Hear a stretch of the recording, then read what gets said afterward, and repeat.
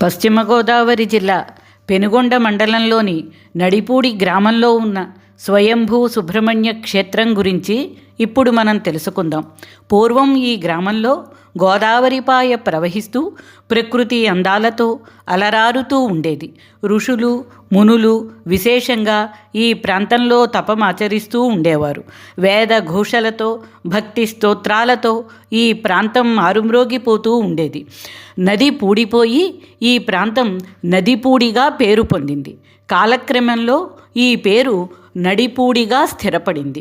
నాసికా త్రయంబకం నుంచి ప్రవాహంతో పాటుగా సర్పరూపంలో శిలగా వచ్చిన సుబ్రహ్మణ్యేశ్వర స్వామి ఈ ప్రాంతపు పవిత్రతకు ముగ్ధుడై ఇక్కడే ఆగిపోయాడు.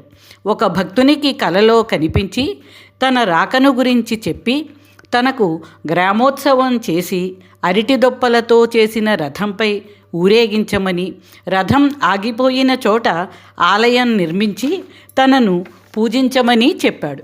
గ్రామస్తులంతా కలిసి గ్రామోత్సవం చేసి రథం ఆగిన చోట ఆలయం నిర్మించి అందులో స్వయంభూ సర్పరూప శిలను ఉంచి పూజించసాగారు.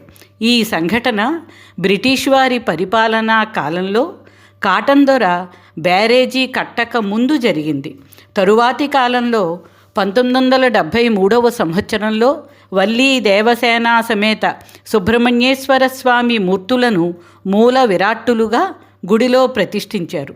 ఈ ఆలయంలో గర్భగుడిలో తూర్పు ద్వారబంధం పైన ఒక పుట్ట ఉంటుంది. సాధారణంగా ఏ గుడిలోనైనా పుట్ట ఆలయం వెలుపల కానీ ఆలయంలో గోడలవార కానీ ఉంటుంది. కానీ ఇక్కడ తూర్పు ద్వారబంధం పైన గర్భగుడిలోనే పుట్ట ఉంటుంది. ఈ పుట్టలోకి ఒక సర్పం రాత్రిపూట వచ్చి ఉదయం బయటకు వెళ్ళిపోతుంది. ఇలా ఈ సర్పం రాకపోకలను అనేక మంది భక్తులు ప్రత్యక్షంగా చూసినట్లుగా చెప్తారు. మూల విరాట్టుకు వెనుకాల గర్భగుడి గోడకు పెద్ద అద్దాన్ని అమర్చి అందులో ఈ పుట్టను దర్శించుకునే వీలును భక్తులకు దేవాలయం వారు కల్పించారు. అంటే ఈ గుడిలో స్వామివారు 3 రూపాలలో దర్శనమిస్తారు. ప్రతిష్ఠిత మూలమూర్తులుగా ఉభయ దేవేరులతో పీఠం పైన దర్శనమిస్తారు.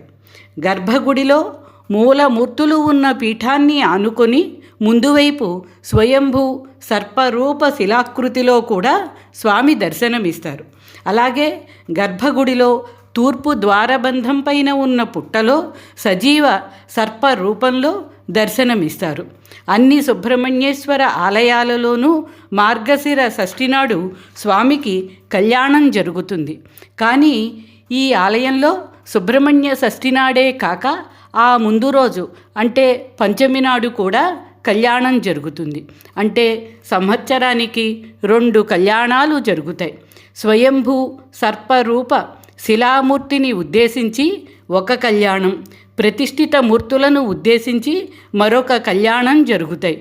ఇక్కడ స్వామికి పటికి బెల్లం అంటే ఇష్టమట.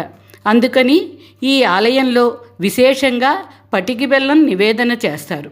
కంటి చెవి సమస్యలు ఉన్నవారు, చర్మవ్యాధులు కలవారు ఈ స్వామిని దర్శించుకొని నివారణ కావించుకుంటారు.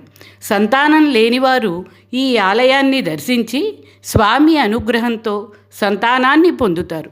ఈ స్వామిని 6 మంగళవారాల సుబ్రహ్మణ్యేశ్వరుడు అని కూడా పిలుస్తారు. వరుసగా 6 మంగళవారాలు ఈ స్వామిని దర్శించి పూజిస్తే మనం ధర్మబద్ధంగా కోరుకున్న కోరికలు నెరవేరుతాయని భక్తుల విశ్వాసం, వారి అనుభవం కూడా. ఈ క్షేత్రానికి ఎలా వెళ్ళాలంటే రావులపాలెం నుంచి సిద్ధాంతం చేరుకోవాలి. సిద్ధాంతం సెంటర్ నుంచి 5-6 కిలోమీటర్ల దూరంలో ఉన్న ఈ నడిపూడి సుబ్రహ్మణ్యేశ్వర స్వయంభూ క్షేత్రానికి ఆటోలో చేరుకోవచ్చు. నాగ, సర్ప, కాలసర్ప, రాహు, కేతు, కుజదోషాలు ఉన్నవారు తప్పకుండా నియమబద్ధంగా ఈ క్షేత్రాన్ని దర్శించి ఆయా దోషాలను నివారించుకోవచ్చు. కార్తికేయుని ఆశీస్సులు అందరికీ లభించాలని మనస్ఫూర్తిగా కోరుకుంటున్నాం.